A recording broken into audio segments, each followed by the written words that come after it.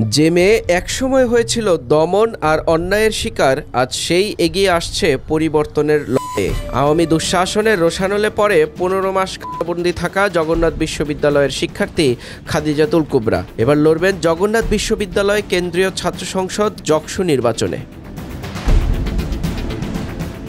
সম্প্রতি এক গণমাধ্যমে দেওয়া সাক্ষাৎকারে খাদিজা জানান, তিনি প্রার্থী হওয়ার সিদ্ধান্ত নিয়েছেন, তবে কোন পদে বা কোন প্যানেল থেকে দাঁড়াবেন তা এখনও চূড়ান্ত হয়নি। তার নির্বাচনী ইশতেহারে রয়েছে শিক্ষার্থীদের বাসস্থান সংকটের সমাধান, সেকেন্ড ক্যাম্পাসের দ্রুত কাজ সম্পন্ন আর ক্যান্টিন ও ছাত্রী হলে খাবারের মান উন্নয়ন।